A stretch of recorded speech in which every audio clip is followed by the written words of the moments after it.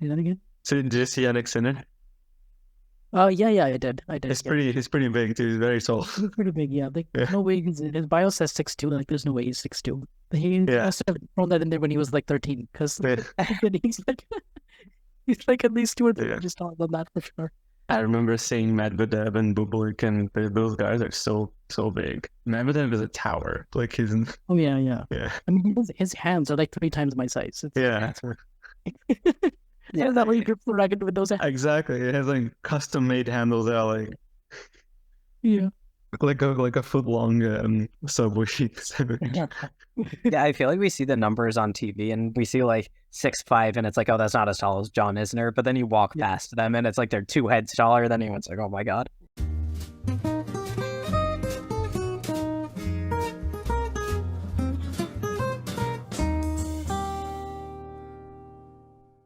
Hey friends, welcome to the Tennis Amigos podcast. This is the official intro. Owen is Yanni. Dang, I forgot it was video too. Yeah, we're tired, and that's no problem. I'm very tired too. I just no show it. No, I'm just kidding. But yeah, yeah, it's a special podcast. Like it's the first one since probably January after Steve Link in Australia. We had after that we had the Golden Swing in Latin America, and then before or around the same time we had European indoors first phase. Then the next one's gonna be October or whatever. And then we had two WTA 1000s, which we did not cover, but also we were all very tired and Vansh was very busy because he's now working at TennisOne. More on that to follow later. And Owen and I was just basically a little burnt out. Like it's just, I guess, too much tennis is a thing. I guess it kind of happened. I don't say I barely watched Indian Wells, but I didn't watch it as much as I would have like in the past.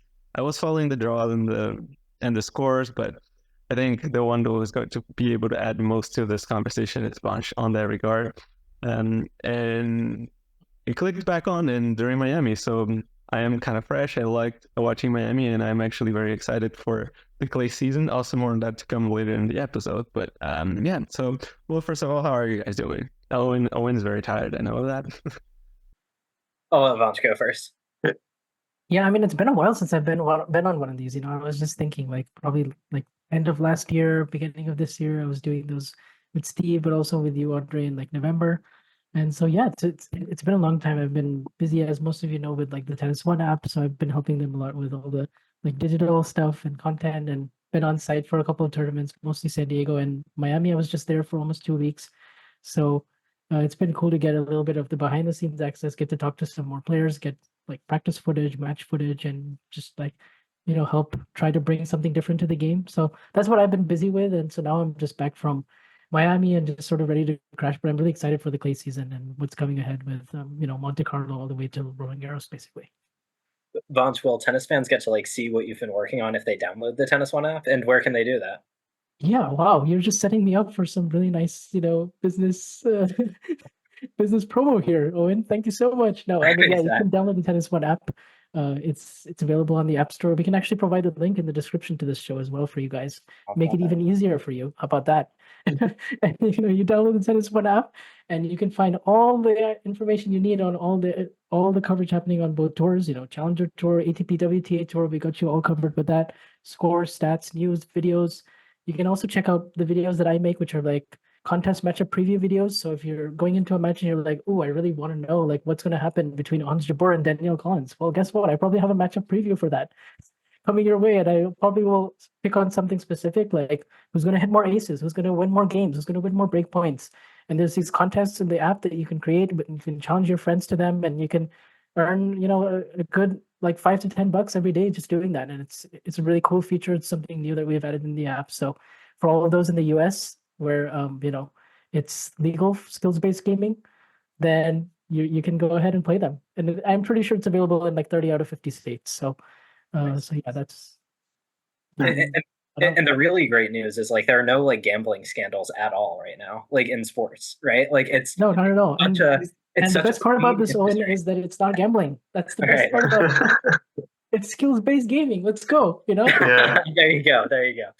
It's but yeah, it's Vansh, it's really cool that you're like you're like in tennis this much, because I feel like a lot of the time we're not to like dunk on any tennis media people in particular, but like people go to these tournaments and are like, I feel like fans could do a better job than some of these people. And now it's really cool that someone who's like as dedicated and like well read about the sport as you is like at these tournaments on the ground. So I'm really happy for you about that. Well, yeah, thank you. I appreciate it. I'll try to do as much as I can whenever I get a chance to go on site. Yeah, I mean, we were just joking like before we started that like Vansh just basically switched from doing this for fun to being paid to do this, because he basically is doing the same thing that he's always done, like on Twitter. If you're one of his like what 15,000 followers now or something, Vansh has been always doing stats and crazy things, and now he's just posting them on, TennisOne, and that's a great gig to have. Well, not gig, but like an actual cool job to do. So yeah. And if TennisOne is looking for an official podcast, if you don't already have one, if you have one, well, yeah, probably better. No, I'm just kidding. But yeah, we're available, I guess. So yeah, if we go, Vansh can best it up for senior management or something. Another joke that was bad, but whatever. Indian Wells, that's the first leg of the Sunshine Double. Let's just touch on a little bit on that one, shall we? Indian Wells always a classic, completely, off the left field, like a hardcore tournament, if you will. Like it doesn't feel like a hardcore, doesn't play like a hardcore, has the best scenery in all, well, probably one of the like at least top 3-5 best sceneries in all the world in tennis tournaments. Tennis players love it. Always gets voted as the best tournament in the world. Like, what do you think? What are your guys' thoughts on this tournament? The champions Alcaraz and Iga Swiatek. How many times have they ever like won the same tournament in the same week? Why don't you know that? I think it's really that. There's 6 times having won a title at the same week. Is it the 3rd time in the same like venue because of the combined events? Like they won Miami in 2022, they won the US Open in 2022, and also they've now won Indian Wells together. But it was a big story because Alcaraz hadn't won a title since Wimbledon. Everyone was, overreacting and was like, oh my gosh, he's never going to win anything again. No, I'm kidding. But like, some people were like worried about him because he's like in a slump, and for him, like I guess quarters and semis is a slump. So I guess but being back at Indian Wells, I feel like that court suits him really nicely, with the high bounce, and like his kick serve works really good on it, and it just gives him more time to set up and just use his like creativity, his shot making, just like overpower you with forehands basically anywhere, and you're kind of toast when he has time on that shot. So I feel like it was a really good healing week for Alcaraz to just get back into it.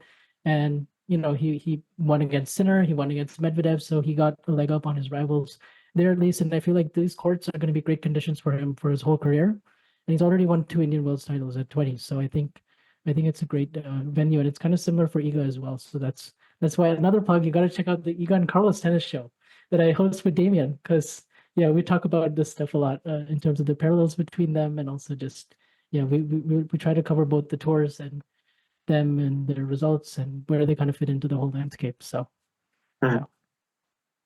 Did you get to any of oh, go on. No, go ahead, Ode. No, I was gonna ask you, Owen, how much have you watched of Indian Wells, or your thoughts maybe even on Alcaraz and Swiatek on their successes there? Yeah, so I did catch a decent part of it, and I think my lasting impression of that tournament is going to be the Alcaraz Sinner semifinal, because that was by beating Sinner, Alcaraz kind of ended Sinner's, was it 17 matches in a row, Vansh? 16, I believe, but yeah, you're right. 16, gotcha, yeah. And I think the way he did it was super interesting, and kind of speaks to what you said earlier about this court suiting him so well, because in the first set, Sinner looks like a god and just completely blasted him off the court. And I am really curious about both your thoughts on this, because in the second 2 sets, Alcaraz did what everyone on Twitter was telling him to do, and slowed down the pace, varied his spins, kind of, our, I won't say our friend, but our everyone's favorite tennis Twitter troll / intellectual Caleb said that Sinner's forehand is like perfect as a sledgehammer, but like unfamiliar as a scalpel. And I thought that kind of summed it up perfectly, because Sinner's forehand completely like short-circuited in the last set and a half. So I'm kind of curious on you guys' thoughts. Like, did Alcaraz unlock something there that is going to work against Sinner in the future? Or did Sinner just have a really bad forehand performance for half the match that was possibly influenced by like a wrist injury that he picked up? I think to Alcaraz's credit, he actually made that adjustment really nicely towards the beginning of the second set because he and I guess Ferrero, together were like, we're not gonna win this match just going toe to toe with Sinner from the baseline and just exchanging body blows because that's only usually gonna go one way. And with Sinner's really great stroke production on both sides, it's gonna be really tough for Alcaraz to not get rushed on the first ball. So he's like, okay, I will mix in my backhand slice. I will mix in the higher loopier forehands and get the ball out of Sinner's strike zone where maybe he has to like generate from a really high contact point or a really low one and just keep him kind of guessing. And the drop shot slices variety is something Sinner's worked a ton on in his game, and he's gotten way better at now. But still, for when you combine that with Alcaraz's power, and I felt like his serving went up, and I just felt like he got more relaxed into the match and started like actually enjoying that whole process of feeling like a weight was lifted off his shoulder when he got, kind of like in the Wimbledon final when he lost that first set 6-1. Sometimes it just kind of frees you up when you have 4 or 5 bad games in a row like that to like you kind of have to try something different or you're toast. So I feel like Alcaraz had a really good mindset there. I think the second set was actually the best set of the match. The third set was a little disappointing because Sinner got hurt, and like I guess what after Alcaraz got that break, it was tough for Sinner. Like physically, I didn't think he was 100%, but nonetheless, I thought Alcaraz like maintained a pretty high level. Well, that stabbed volley when he was like on the stretch like that made it all worth it right there. Yeah, that was the best point of the third set. But I will say the most important point of the match was actually 5-3, 30-40 in the second set when Alcaraz came up with this really brilliant backhand on the line. It was like kind of low margin, but my goodness, like he went full throttle on it, and it was perfectly placed in the corner. Yeah, I want to give a little shout out to the set point in the second set as well, because on that point, Sinner hit one of those kind of trademark running forehands cross court, buries it in the corner, but Alcaraz gets it back, and then Sinner's way behind the baseline, and the first chance he gets, Alcaraz just floats that drop shot into the open space. So I thought that was and I think that to me is like the deadliest Alcaraz on a slow court, right? Like he gives himself time to defend and then like lets that drop shot loose when the opponent is out of position. I think he's pretty close to unplayable when he's like really in the groove doing that. Yeah. So like giving the results, I think fair to say also Sinner just went on and won Miami next week in a pretty dominant fashion, like over like sort of the final few rounds, like beating Medvedev and most notably a 6-2, 6-1. Not that Medvedev played much of his best match of his life, but it wasn't necessarily like. Well, Sinner also played phenomenally, so let's just put it this way. And he also went on to beat Grigor Dimitrov, like kind of a good story of the week, only on the men's side. 6-3, 6-1, 6-1, 6-3, something like that. But he was also another pretty dominant match. But I guess seeing like Alcaraz's and Sinner's, Alcaraz a little bit more from like last year in 2022. And Sinner now this year. Who do you think has like the highest peak of these two? Like it's definitely a question that we're probably going to be like asking ourselves as they are probably going to meet in more matches this year. Hopefully at the very least. Yeah, it's amazing. Like 6 or 7 months ago, you would have said Alcaraz is way ahead, and he's kind of and Sinner is still has a lot of improvements to make, and look at his head-to-heads versus everyone else. And it seemed like every time he faced Alcaraz, he was like a god, right? But then it didn't always like translate because his physical durability wasn't always there. His serve wasn't the weapon that it is now. But actually now that Sinner is really caught up and he's won all these matches post US Open, I think like 42-3, something crazy, like since the US Open ended, and now like 22-1 this year, and like he has a real shot to finish this year #1 if he keeps continuing like this.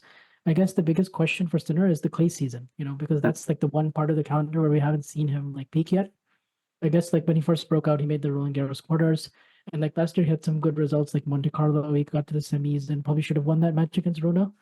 But like this year, now that he has all those tools, like I'm very curious to see how it plays out, because I feel like on faster surfaces, I might give a slight edge to Sinner when they play it, but then on the slower courts like Indian Wells, or like if they play during the clay season, you'd probably have to give a slight edge to Alcaraz.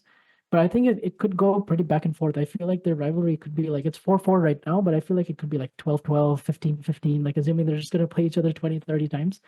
Like they are just going to go back and forth like that. And that's so exciting for tennis. And I feel like these two are like, yeah, kind of head and shoulders going to be like, maybe they're definitely the leaders of the next generation for sure. But like, yeah, I don't know. Like maybe Alcaraz's peak level is like, he's going to have some days where his creativity and his like, Indian Wells type form is just too much for Sinner. But I feel like Sinner is much more percentage tennis space. He's like much more like maybe a bit overall more consistent over a larger period of time in matches, and perhaps he's just not going to beat himself as much. Whereas Alcaraz is more like a shot maker, extravagant a little bit. So he's going to want to play like some certain shots sometimes to please the crowds or just kind of get his joy back in the game. Where Sinner's not going to really care about that. He's just going to play really high percentage, big hitting tennis on both sides and just take care of business. And yeah, it's working really well for him. Yeah, that's a great assessment. I agree that I think Alcaraz's peak is just that little bit higher because he can like he's got the touch. He's a little bit faster. Like he has a drop shot. It's better than that, but it's so close. And like you said, Vansh, like when they just exchange pace, like Sinner is better, right? Like that doesn't go well for Alcaraz, and it's so funny because the comparison that always jumps into my head is apologies if this is a little PG-13, but it's like Alcaraz doesn't want to make it like a dick measuring contest, right? Because he goes in and he's like, I have a better forehand than you, so I'm just going to blast it. And he ignores the fact that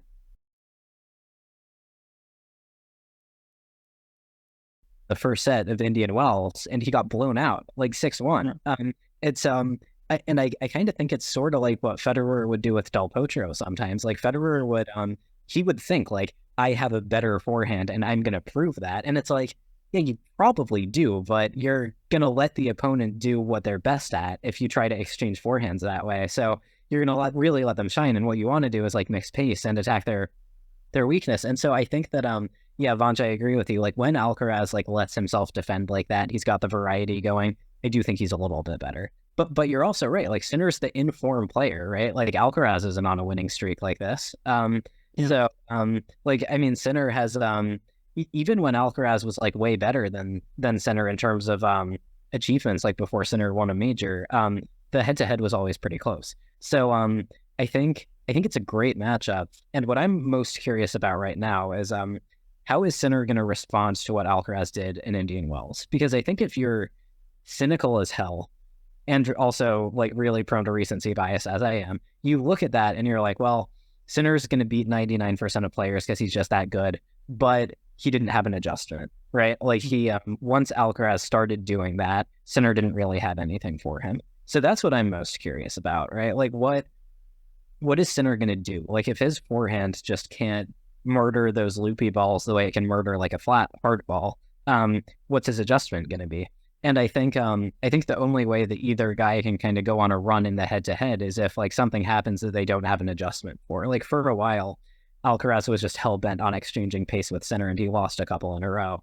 But now he has this adjustment and I think he could win a couple in a row. And I think they're going to keep making each other better and better. Yeah, for sure. Another thing I'll probably add is that Sinner's serve, his spot serving. I think he probably has it. Yeah, I think he definitely has an edge over Alcaraz in that department right now. That's the one area of Alcaraz's game that I could point to right now and be like, Alcaraz can hit 130, 135 regularly, but he just can't, he can't place it on a dime the way Sinner can right now with his really fluid motion and like the changes he's made, but also like it's just very reliable, that delivery. Whereas, Alcaraz can sometimes get beat on a fast hard court when he's just kind of serving directly into the strike zone. And so that's probably one area where I would say Sinner certainly has a leg up, but that's what makes the clay season interesting because that's where the serve is less of a factor, like overall. So then all that baseline variety and all of that stuff that comes much more naturally for Alcaraz, it's kind of innate for him. For Sinner, he's had to work on it and it's still developing. So, but other than that, I feel like Sinner, there's no real. It's become very Djokovic-like. You look at his game in terms of there's no real like hole. There's no real weakness where you can like attack him, right now because he's just defending at such a great level. Like the classic shots he was hitting against Dimitrov. I felt sorry for Grigor because he was doing everything you would ask for him. He was hitting really good forehand approaches. He was serving really well.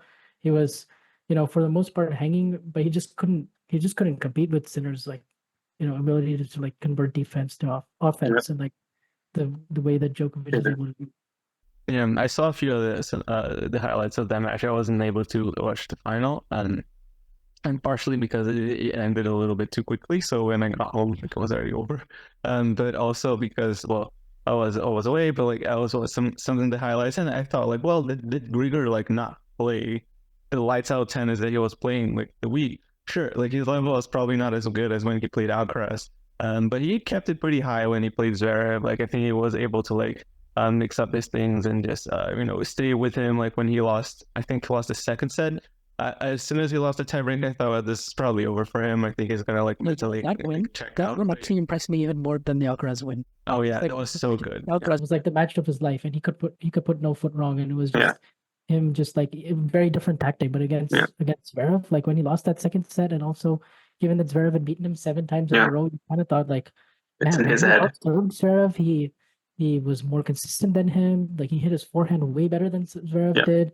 And like later down the stretch, he was just a more courageous and more brave player under pressure. And that was like really impressive, because you would think after the Alcaraz match, maybe he'd have a little bit of a letdown. Maybe Zverev was just going to be too good from him from the baseline and from the serve. And that didn't happen like for the first time. And like Grigor was so clever the way he was using his backhand slice and making Zverev hit those forehands that were pretty tame from him. And like then Grigor could really get back. It was so great. And there was that volley that he hit on the break point in the third set where he was just on the ground.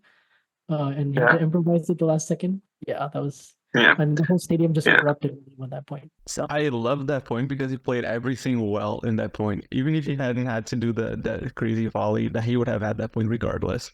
Maybe the passing shot was low, so it would have been difficult. But like the entire point, he played amazing. Like just attacking tennis from start to finish. Like he didn't. A lot of the times in Grigor's career, he was wasting a little bit of time by like not hitting the attacking shot when he should have. And this tournament, he did everything right, in my opinion. Even against Sinner, he did so many things right.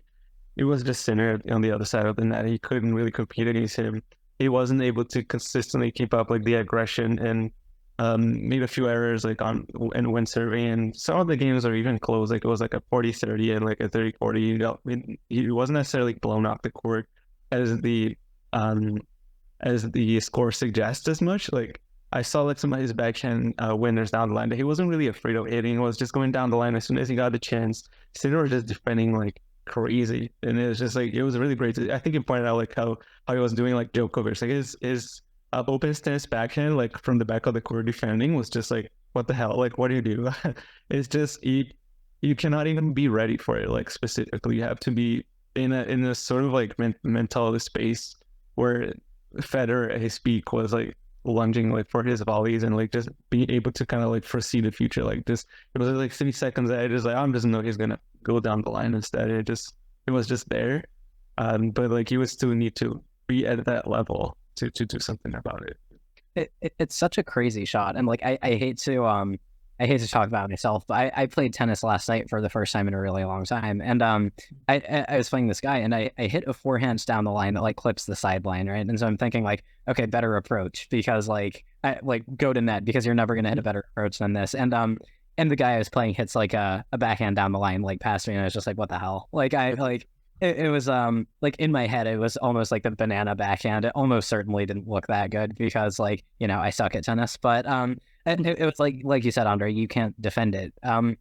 But yeah, I think another comparison I kind of hate to make, but like with Dimitrov playing so well, and like you beat Alcaraz and then you beat another top player like really impressively, only to get crushed in the final by like the other top guy. Like it's a little bit of shades of like the big three, right? Like you take out like a top seed, like generational talent in like your finals, and that just doesn't get you shit. Like it gets you 2 more rounds, but then like run into the other one in the final, and like unless it's like, you know, the best tournament of your life, you're not. And maybe this was up there for Dimitrov. Like you can't do it twice. You know, you can't beat them both. Like one of them is going to peak and beat you, and it's just I felt bad for the guy, and I'm glad he got his flowers for playing so well in Miami. But I was so like, man, I was rooting for him to win that final, and I was sad that he lost that decisively. But it's like, yeah, this is what happens when you have like when the top of the tour is that strong. Yeah, and you know, I loved his response whenever he was asked in the press conference about the big three, because you know, rather than spinning it as like a negative thing, like, oh, I could have won so much more when I was playing alongside these guys, because he did play them a ton, and he did to his credit beat them at least one time at least. And so that's an achievement in its own right. And like he knows that it was so tough for him to win titles, but like now he goes through this era and he's like, guess what, guys? I went through that 10 years ago. I can kind of do anything now. And I feel like he spun that into a positive in a way that I feel like even though he's number 9 in the world and he was number 3 in 2017, this is the best I've ever seen him play in terms of putting wins together, like consecutive top 10 wins like this, and also just the clarity that he has in his game. I mean, like that Alcaraz match, I could easily make a case that was the best match he's played from start to finish in a best of 3 set match, like ever. Yeah. Like just I think so. just and it felt like kind of clear in his game plan. Like he knew he couldn't just hang back from the back of the court and slice backhands all day against Alcaraz's pace. So he's like, I'm just gonna play proactively and just go for the kill.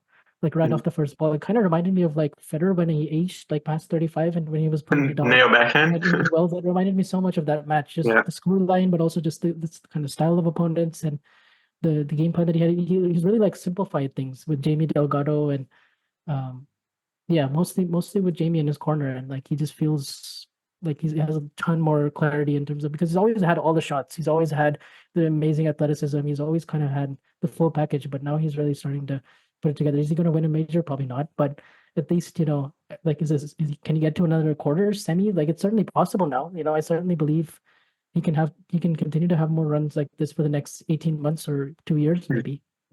He's only 32, right?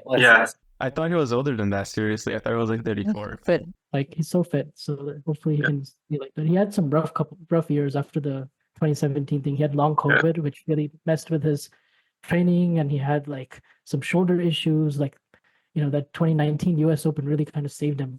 Otherwise, he really would have been playing challengers. So to like see a guy like get back to this level now, work like over 5.5 years, and now he's back in the top 10. Like he's really, really earned this. So I was so happy for him, even though he lost that final. Yeah, I think the legend thing that you mentioned, like, oh, he played against Big Three and stuff. I think it's great for him to still be playing and recognize something like that. Like, it means that like he kind of still can appreciate if he ever runs into Djokovic again, for example, who's still playing. Still kind of need to see a little bit like where he's at after Australian Open loss, and then after like Indian Wells loss as well. There's like kind of like we just don't even have like enough like of a sample size to judge Djokovic's 2024 season yet. But like still number one, mostly just for tournaments. Like not necessarily it's like on a 52-week, not the race, but it's gonna be interesting to see like what happens during the clay season. But in terms of playing the legends, I mean, now that you know all the things that they did, like to be able to tell everybody, hey, I was playing alongside these guys. I've met them like on all of them, like on in the locker room. I beat them like a couple times even. Like even like say players on the women's side as well, like against Serena. It's like, oh man, like I was just like walking alongside a living legend. And like having the time of my life. I got beaten in several times. Like she got to win a lot of the things, but I was part of that story. So I feel like it's a really amazing thing. Like no matter how you spin it. So it's you could have won more titles, but like who cares? Like I mean, he's still pretty successful regardless. He won the second highest tier of tournaments that exist, which is the ATP Finals. He won Cincinnati, so like he got to number 3 in the world. Like, see, he did the whole thing. Like, basically, the only thing that he didn't really do was like win a major. But like, I mean, so many other players didn't win a major, and so few actually win a major. That when you look at that, like, measuring his success in the career, when you cut the Big Three out of the equation, like he's pretty out there. Like in terms of like one of the most successful players of his generation. I think he's made semis or better at 8 out of the 9 Masters 1000s. So, and he's made quarters at all of them, and like basically apart from Roland Garros.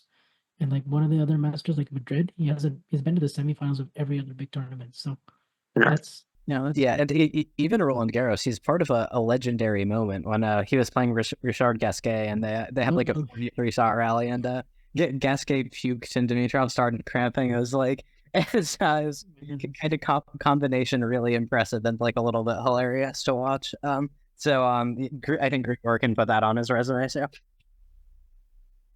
Is the moments.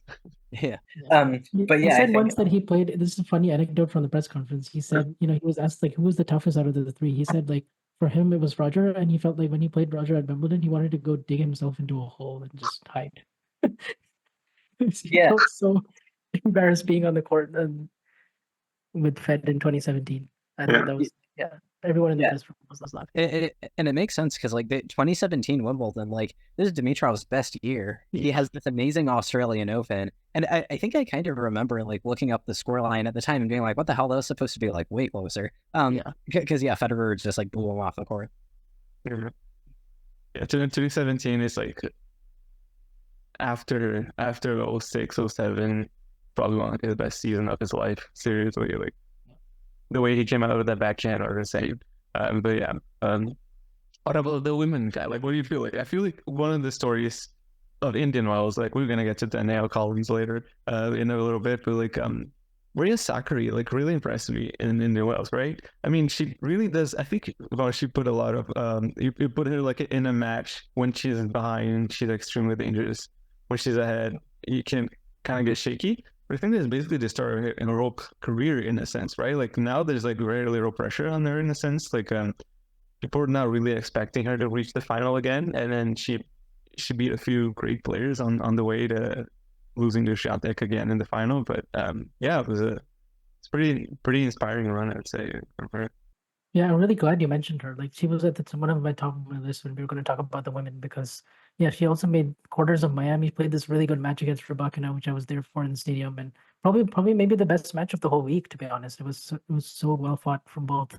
And like in Indian Wells, I love the conditions for her because like she's such a muscular, physically gifted player. So I feel like the conditions at Indian Wells, she can hit through that court and it just gives her a little bit more time clarity. She's been to the final already in 2022, made the semis last year, so it's a really consistent tournament for her. And like now she has a new coach, David Witt, who was with Pegula for 5 years, coached Venus Williams before that, and they're kind of a yin and yang combination because Sakkari is super tense and she gets stressed, and like in big moments she kind of needs someone to like calm her down and just let her know that everything's okay. And I feel like David Witt is kind of that guy in her corner that just simplifies things for her. So I think part of that is also the case. I was very impressed with the win over Coco Gauff in the semis because she was up 6-4, 5-2, and she was just overpowering Coco, and Coco was having all kinds of trouble with her serve and her forehand. And you thought, okay, this is really going to be it. Like Coco can't really get back into this match, and then all of a sudden Maria tightens up a little bit. Coco starts hitting it through her forehand with a lot more pace, and she starts hitting a bit more higher, loopier, which is probably what she had to do from the start of the match. But anyway, she gets back into it, and then now you're thinking, oh my goodness, Sakkari just lost that set from 2 breaks up, and she served for it twice. How in the world is she going to regroup and win this third set? And then she just plays an amazing third set where she just lets it free completely. And like I love seeing that from her because like often I feel like she gets a lot of hate online for no reason because she hasn't won like a title in whatever X number of years, or like her semis record or her finals record. But honestly, like she's super resilient, and she's really like put in the work, and you can kind of see that she's like improved her mental side to a point where like she's always going to be in the conversation. Like if you take out the top 4 players on the WTA with like your Iga, Arena, Lena, and Coco to some extent, then she's like one of the best of the rest after that. So I was really glad to see her back it up in Miami on a completely different surface, and just I feel like the clay season could be big for her. She's just waiting for that major run because all the majors she's played since the French Open and US Open in 2021 have been pretty disappointing for her. She's had a couple of tough draws, like Mukova twice at Roland Garros. That's really rough. But like, yeah, she's one of those players that you really root for. Yeah, she had a pretty good run, like in Wells, like just to see the players that she's beaten. I just lost her. Emma Navarro as well in the quarters. So it's like, yeah, she got past Sakkari. I mean, she got past Garcia, and then Navarro, and then Gauff, which is like a pretty good list of players, like right now specifically. Even the final was pretty competitive for the first set. Like Iga went up 3-love, and then from then on, I thought from love 3 to 4 all, it was Sakkari who was the better player, and it was like, oh my gosh, we're gonna have a close final, and then no, we're not. Iga just runs through the next 8 games, and it was. Yeah. Oh my goodness. There was nothing she could do in the second set. Yeah. I hate to be pessimistic again, but I feel like she's like the kind of the comparison point for like Dimitrov in Miami. Like she did so well. That win over Gauff, you can't say enough about. Like it's like the Wimbledon 2008 thing, right? Like you get super close to winning in straights, your opponent comes back in like brutal, heartbreaking fashion, and then you choke and you win anyway. Exactly. I think that's the hardest thing to do in tennis. Like amazing mental strength, and then in the final, like you just run into that player who's just like so much better than you are. Like it's brutal. And I remember watching their Indian Wells final a couple of years ago, and I'm like, I thought Sakkari played pretty well as he got drilled in that one too. And I'm just like, man, like sometimes there's just nothing you can do. And I think it just shows like tennis is just such a hard sport with that. Like those players, like Iga is always going to be in that Indian Wells final. Like she's always going to be in the way. And I mean, obviously we love Iga. She's great. But from Sakkari, like you said, Vansh, like you root for her. She had this great tournament. she made that first set a battle, and you're right. Like after that 4-all, even after the way the first set ended, I don't think she did a lot wrong. I think Iga hit a forehand winner down the line on set point, and it's just, what can you do? And then the second set, like Sakkari won like 5 points or something. Like 5 points. It's brutal, and it just makes the gap between those two players, even though ranking wise they're not far apart, like so painfully apparent. And so I really hope that she didn't get demoralized by that, because that's just what Iga does at Indian Wells, right? So yeah, amazing tournament from Sakkari. And I think Iga, also you look at Collins, like who won Miami, look at her result against Iga at Indian Wells, 6-3, 6-0. Like, so I think that sometimes you're just going to play these rivals, these players who, like, they are just going to destroy you, and you just have to be able to take it and come back and beat everyone else just to give yourself that chance to get destroyed again. It's kind of like the guy pushing the boulder up the hill, but it's also like a little bit of the beauty of the sport. Yeah. And but you mentioned also like Danielle Collins, like I feel like in Miami, there's no question there was the story of the Sunshine Double, really, like how Danielle Collins just loses the first set that she plays in Miami, and then like wins everything in straights, like just wins all the following sets that she's played. And Rybakina was actually the only player who was able to, well, after losing the first set, to push her to like a pass 4-all, like in the to win more than 4 games in a set against Collins. She was just playing out of her mind. It was like unbelievable. Like, and the final was like really great as well. I watched the last few games, and I was starting to get a little scared, like, for her, because she wasn't able to convert, like, I think like 4 match points. Got into a couple of break points as well. Oh, the last game was such an ordeal. Yeah, but the tennis she played was like, wow, so so brave, like so bold, and just like classic Danielle Collins, just like complaining to her box and just hitting even harder in the next shot. It was crazy.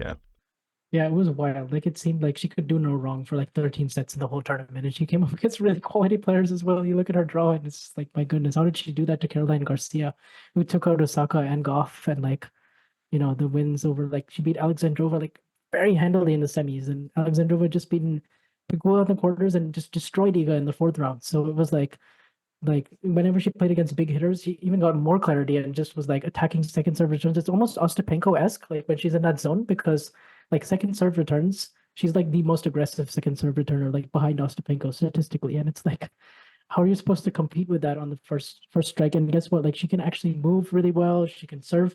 She has like really like kind of, it seems like a disarming serve, because you feel like, oh, I can attack this, but it's like coming right at you to the body, and it has a little bit of slice on it. So it's like really hard to like get the advantage in the rally, like once you get the serve back, even, because sometimes like I feel like she's a little too what's that word, like she tries to end it a bit too quickly, the points, because she feels like she can just play on her terms the whole time. But I feel like this time she actually had a good mix of like staying longer in baseline rallies and like looping the ball up just to give herself more time on her forehand. I feel like the forehand is a weaker wing than her backhand, but my goodness, like when she steps in on that side too, it's like there's just no way to attack her. And then like you add in like the feistiness, the intensity, like the tenacity, like everything that she's known for.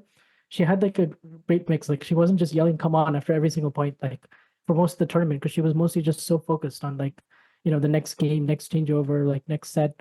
But I feel like in the final, that's when you saw like the true Danielle Collins, because she had like the whole crowd behind her. It was like she said afterwards, it was like playing in front of thousands of my best friends, because it's like her home state, Florida, and she had like her best result 6 years ago, and like she's gone through like so much with like endometriosis, like rheumatoid arthritis, and like she has to retire. It's not based on her results. Like, she just can't like wake out of bed in the morning and walk sometimes, because like she plays fewer tournaments than most of the other players do on the tour because of her health. So like this, like, no matter what, I feel like she's not going to change her mind. Like, this is her final year, because she wants to potentially have a kid, and maybe there's a chance 2 or 3 years later that she feels like maybe like a Barty or a Henin, and is like, okay, I'm retiring right now, and I don't enjoy the sport right now because it's really tough, like the week in week out grind. But in a couple of years, maybe we'll see. But honestly, like, I think she's just so ready for the next chapter of her life, and I was so glad for the story, because like she was like, I feel like she's always been really deserving of a big title of some kind. Like, she was in the Australian Open final, and she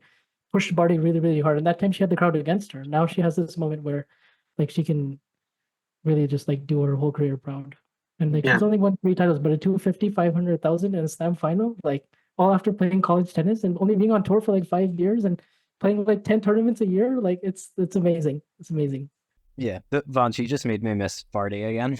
Yeah, I know. But yeah, I totally agree. And like that last game is just like, I don't know, it's such a feel good moment. Like when I couldn't even watch it live. I was following the live scores, but it's like just every single person is just willing that tennis player to cross the finish line. And like I think another example is Sabalenka at the last game of the Australian Open last year, and it's like all these championship points, all these break points, all these deuces, and you're just like, oh my god, like I want you to do it so badly, and finally they do, and it just feels incredible for everyone involved. So yeah, I was thrilled for her, and I also wanted to get you guys' thoughts on Rybakina, the runner-up. So I can't quite figure her out, like I've criticized her in the past for like not being a great fighter, but I think that's wrong because she like goes and wins all 3 setters, and then the one she loses is straight sets. Like it's weird because she has these spells of like invincibility, seeming invincibility, a little bit like Iga, honestly. Sometimes when like she just plays and like behind that, different games, but behind that serve, like, and the easy power, you're just like, what the hell can anyone do against this? And then she has spells where she looks really, really vulnerable, and I can't figure out the pattern. I don't like. I know she's an amazing world class tier 1 player, but then she has these early losses like the Australian Open. Like, what are your reads on Rybakina? Because I feel like every single tournament mine gets like changed. Yeah, it's like you look at the results this year, and she's won a couple of titles. Like outside the Australian Open, she's done really well because she didn't play Indian Wells.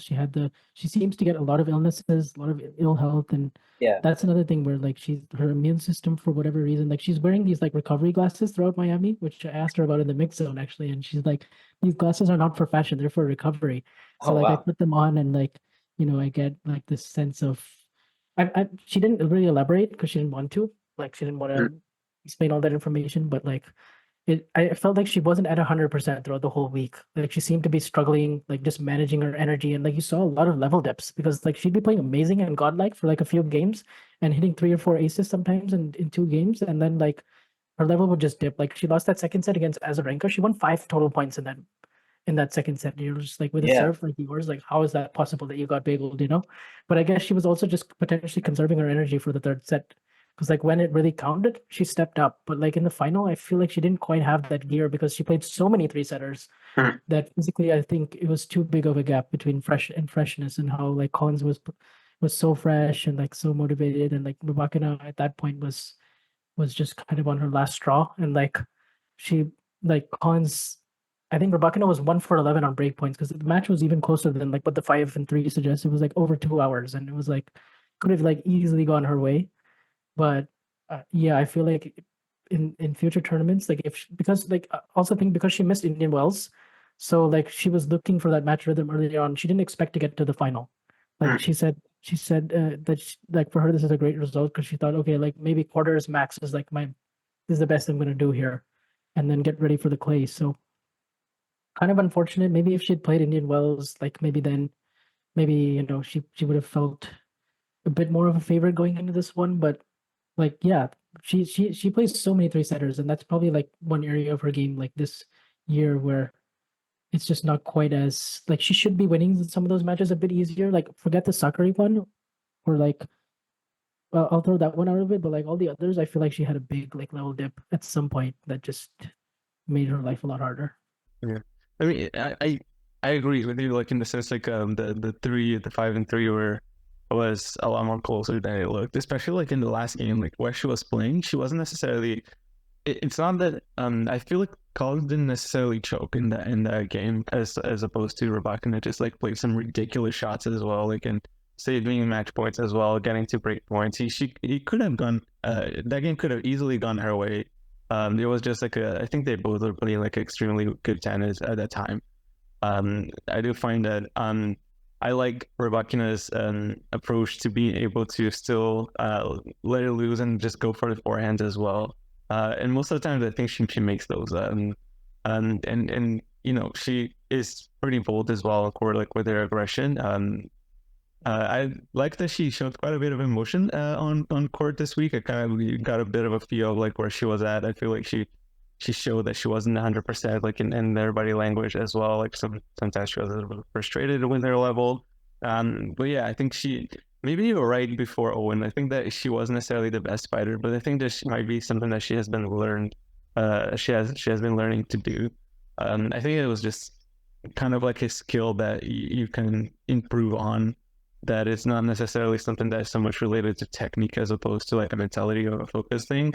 And I think that she may have lacked that in a few matches in the past, but like she's kind of like trying to feel like, well, I'm not gonna play 100%. I'm not gonna be peak me all the time. So it's something that she ended up like having to learn how to do, and I think that's a great skill, which could probably set her up to be a lot more dangerous like over the course of the next few years as well. So yeah, watch out for Wimbledon. Yeah, exactly. That's the one where I feel like she would be like the most dangerous. Yeah, she could definitely. And the one thing about her that like always kind of surprised me a bit is how low her percentage is.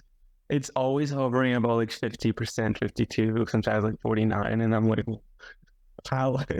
So, isn't there something that you can do to like bump it up to at least 60? And like I think if you could do this, if you don't like start just like rolling the ball in just for the sake of like percentages, like, but you know, like just trying to get in like a big serve like in like more often, I think it could be huge for her. Like I feel like it could even cover like what Varsh said, like with a serve like you were like, you shouldn't be getting big old like ever. But yeah, I feel like that's something that there's always an area of their game that I'm always like a little bit impressed by. Like that is a very weirdly low serve percentage for a huge server, I guess. Yeah. It's a great point, Andre. Like a tennis thing I'm always going to remember is I was at the Australian Open semi last year between Rybakina and Azarenka, and I remember that first set was like a real battle. Azarenka broke her twice and had like a low 40 at 5-all. But Rybakina wins it in a tiebreak. And I remember like looking up at the stats like after that first set, and like Rybakina had served at like 50%, and I remember thinking in that moment like this match is over, because like she won that set and she wasn't even really out of like first or second gear. And yeah, like she won the second set much more comfortably, like 6-3, 2 breaks. And yeah, it's kind of amazing how like I think maybe where the thought that she isn't a great fighter comes from is that like I think she is at her best as a front runner, like when she can kind of win that first set while like kind of cruising, and then she picks up steam and just demolishes in the second set. Like kind of what she was on her way to doing against Iga a little while ago before Iga came back at her. Yeah, I think it's pretty interesting. I do think Wimbledon against that serve, it's going to be very hard, and I think that win last year that Ons Jabeur had against her from a set down is aging very, very well. But yeah, I'm excited to see what she can do on clay as well. I want to see her play Iga again on clay, because that Rome match that she won when Iga had to Iga couldn't finish, I would like to see another edition of that.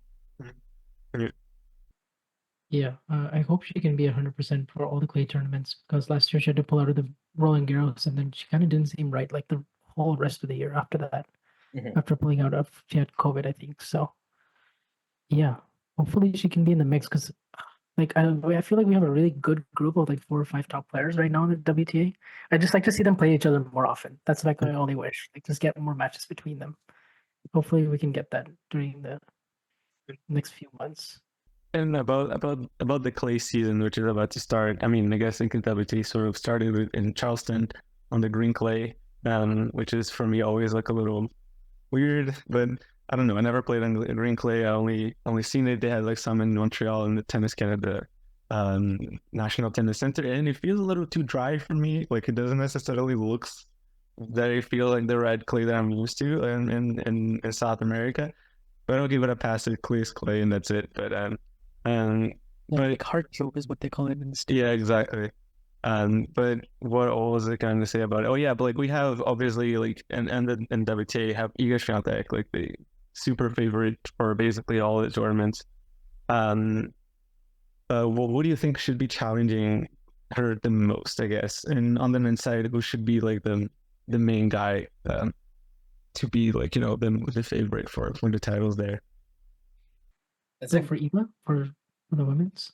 For the women, like who's going to challenge Iga, and for the men's, who's going to be the big one, like the big player to beat? I feel like for the women, the most challenging one for Iga is still going to be Madrid with the high altitude and like the one that's like the most outlier of the bunch with like the fast clay and the way it'll. I feel like Sabalenka, if she's in the right frame of mind, that's a tournament she can do really well in and potentially get another win over Iga or win that one. And she even made the semis of Roland Garros last year. So like Sabalenka's been really, really good in the majors. Like should have been in the final too. Yeah, should have been in the final. Exactly. Like I agree, she should have been in that final. She was up 5-2 and had match point over Muhova. So honestly, like I feel like she can peak for the French Open again if she's like, if everything she can sort everything out in her life right now. Obviously, she's going through a tough time, but like honestly, Madrid, Rome, and Roland Garros would probably be her, right? I mean, I can't think of anyone else right now who can challenge Iga like toe for toe. I guess I'm interested in Rybakina if they ever play each other. I guess Goff is another interesting one just because of, Goff and Iga played each other like the last 2 times at Roland Garros, and Iga obviously has her number, but I feel like their match last year was a little bit closer than the year before that. So maybe like it's a time for Coco to get it. But honestly, Iga feels like an overwhelming favorite on the WTA, whereas on the men's it's much closer. Yeah. No, I completely agree. I think Sabalenka is the challenger on the women's side. Like I do think like if I mean Iga's absolutely a favorite, but I do think like if it's a Roland Garros final between those two, like Sabalenka is like live in that matchup in a way that Goff is not, and I think that a lot of other players are not. So that's the one I want to see. I really hope that Sabalenka takes the time she needs to, deal with losing someone that she was close to.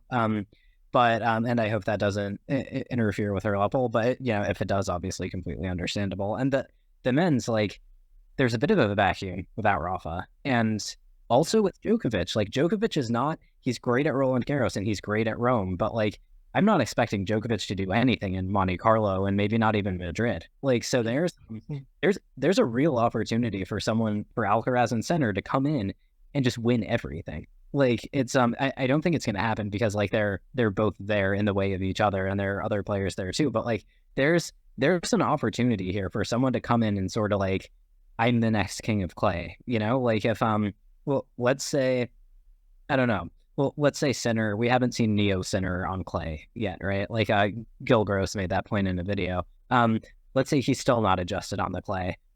Alcaraz, that's a great opportunity. Go in there and just beat everyone, right? Like you've beaten Djokovic on clay before. You've made the Roland Garros semis. You're over the cramping issues that arguably cost you that match. Like there's a chance, right? Like and it's not going to happen just because like he's not Rafa. But I think that Alcaraz and Sinner really have a chance to kind of go in and sort of like stamp their authority on that surface. I think because like Djokovic, he may be declining, right? Like we don't know, but he no for sure, but yeah, he's but the way he started this year certainly hints at like the start of a decline, right? And so if he does poorly at Roland Garros, I think then we can really start talking about it. I think the Roland Garros result is what I'm going to put the most stock in for Djokovic. Yeah, me too. If there's really a decline, I'm going to point towards that because I feel like the Olympics is like the main priority. Everyone knows that. The question is, does he play Wimbledon? Does he skip Wimbledon? That's he said he might because he said he might do it, and like he's not sure about it. I feel like he's pretty 50-50, and he's split with his management team. His, the agent and his wife, like they're not in the picture anymore, and then also Goran is in the picture. Yeah. So, who's going to be his next coach? Is he going to even have a coach? How interesting, how motivated. He said he struggled with some motivation at the start of the year, and also he had the whole injury thing, the wrist issues in Australia, and then he got sick, never looked 100%. We still don't know what happened in that center match. Like we still don't know like the full details, but we just know he wasn't like 100%. That was definitely not the Djokovic we're used to seeing. So I'd be very surprised if he just comes out of Monte Carlo, just full swing, full steam, and just looks like world beating Djokovic. I'd be pretty surprised. I mean, it could happen, but like, yeah, no, I expect like a sequel to that loss to Nardi, really, because because he lost to Dan Evans in Monte Carlo, like, and he lost to Musetti there last year, right? Like, from a set up, even was it? Like I think 6-4, 4-2 up. It was a very right. So yeah, my expectations are low for him there. At the same time, I agree with Vansh. Like Roland Garros is, but I want to see Djokovic play Alcaraz or Sinner at Roland Garros because I think that will give us the answer of like if I think if he like loses comfortably in 4 sets, yeah, we can start saying like he's lost, I don't know, 2% or whatever. But if he wins, then it'll as good as ever. What we've been saying like every year for the past billion years. So that's the matchup I want to see him against one of those two. The real question is what we're gonna do when Medvedev wins Rome again. It's gonna be that again. Yeah, he won Rome last year, but that's a very much an outlier kind of. Oh yeah, no, yeah, but he would be. Yeah, for him, the main issue for Medvedev right now is he's playing great. He deserves to be in the top 4, but what is he going to do with Alcaraz and Sinner and Novak? Because those 3 matches, lost 14 of his last 16 every time he's faced those 3, and it's really rough for him because he's getting to all these semis and finals, and now the Sinner matchup has really turned on a dime. Like this was an absolute beatdown. This was like he had no clue what. I've never seen him look that befuddled on a court. Maybe when he played Nadal in 2019 Montreal, that's like the last time he's ever lost a scoreline that one-sided, completely unheard of. Like because at least when Sinner beat him those other 4 times, it was close, it was interesting. They had some ups and downs. I feel like he came up with the same strategy that he tried to do in the Australian Open and just play a ton more aggressive. Only this time he made a bazillion more unforced errors, and Sinner was just ready for it in a way that he wasn't in the first 2 sets of AO. So now the question is like he has a big adjustment to make to where he actually should probably go back to playing a little bit more conservatively from the baseline, but at the same time fix the return position. And yeah, it's going to be very interesting on clay though. I don't know, like he's probably still like a top 8 guy, but probably not like 4 through 8. Like he's probably at the bottom of that tier. But like the main guy I'm really interested in is Rune, because Rune made the final of Monte Carlo where he should have won, and then he was in the final of Rome where I also thought he probably should have won. So now all of a sudden, and basically like he hasn't been like kind of the same since Roland Garros last year, where Casper Ruud like just came out and beat him and destroyed him in the first 2 sets. That was a weird like that. Runa's one where I'm like, I don't know what's happened to him, but yeah. I mean, and I don't want to go too long on this. Sorry, Andre, I'll let you go in a sec. But like Medvedev, even I agree with you, Vansh. Like, probably needs to be a bit more conservative. But like we've seen where that gets him too, right? Like I know that they split sets and then he gets worn down in the 3rd set. So like that's either. Like 4 different ways that Sinner has beaten him now in like 5 meetings. Exactly. Yeah, and he's not as good as Medvedev is. He's not like he doesn't have that kind of toolbox. Like he doesn't have that many weapons. So it's not a thing that you can say with Alcaraz where it's like, oh, try this, try that. You have everything. Like Medvedev doesn't have everything. Mm-hmm. He might not have an answer here. I don't know how he beats Sinner again. Yeah, just totally outserves him, which like Jannik totally outserved him in this one, which just cannot happen if you're Medvedev. So yeah, I think Rune should fire Mouratoglou for a start. I think everyone should fire him. Yeah. But honestly, I feel like his best results have come with Mouratoglou. That's the strange thing. Like all of his best results have come with Patrick. Well, are his worst results also coming with Mouratoglou now though? Because it's like, it's just saying like I probably shouldn't have played this tournament and like this thing. He forgot to say congratulations, Marozsan. But anyway, I thought that was a funny tweet. I don't know what you feel about Rune right now. I feel like at this point you should just kind of like put him in the back of my mind as like wait and see like what happens. Like just not. I won't count him out, but I also won't be like, asking too much of him at every tournament right now. Just like okay, like let's just see what happens with this guy. Like next time he makes a big semi or wins a big match, I'm gonna be like okay, maybe I should start focusing on him a little bit more now and see what happens. But yeah, Medvedev to win Roland Garros, and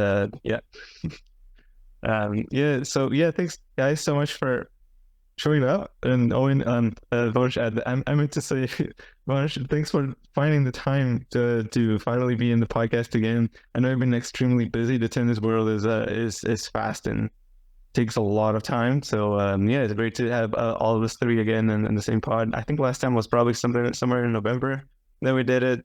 But yeah, so I'm pretty happy the 3 of us could do this again. 100%. Yeah. Owen, Owen, congratulations already on boxing. It's maybe tennis is gonna come soon. Wink, wink. Let's hope that we can have energy to keep watching some tennis as the clay season is starting. Like maybe they're gonna start fresh again. Thanks so much for all the listeners. We took a while to post this one, but thanks so much for waiting and listening again. And you can do the same usual, find all of our links on the description You can also find, as Vansh said, TennisOne app in the description of this episode, and is it Iga and Carlos podcast? Is that one thing? Carlos, Iga. Carlos Tennis Show. So you can follow us on Yeah. Twitter at Iga Carlos Tennis. Yeah. And yeah, it's available on Spotify, Apple, and yeah, all that jazz. Yeah, You, cool. you need to have us as guests on that. Like, let's True. Yeah. benefit honestly, from some nepotism here. we haven't actually considered like having a ton of guests yet. We're in the works, but like I'll definitely keep you guys in mind for sure. Nice. Okay. Hear that, Andre? We're kept in mind. That's Yeah, we're kept in mind, in the mind of a great tennis professional. Yeah. Yeah, so yeah, you can follow us. Excited when we saw that Daria Abramovich now follows us. So Oh, well, nice. kudos. Yeah. Well, anyways, follow us at TennisOne Bagels official. Is it official? I don't even know anymore. I haven't used that account too much in the past few months. Then find us at TennisOne Bagels on Twitter. Owen is at Tennis Nation. Vansh is at Vansh2K. And I am at Rolenberg. Andre, we'll see you guys later. Thank you so much. Bye.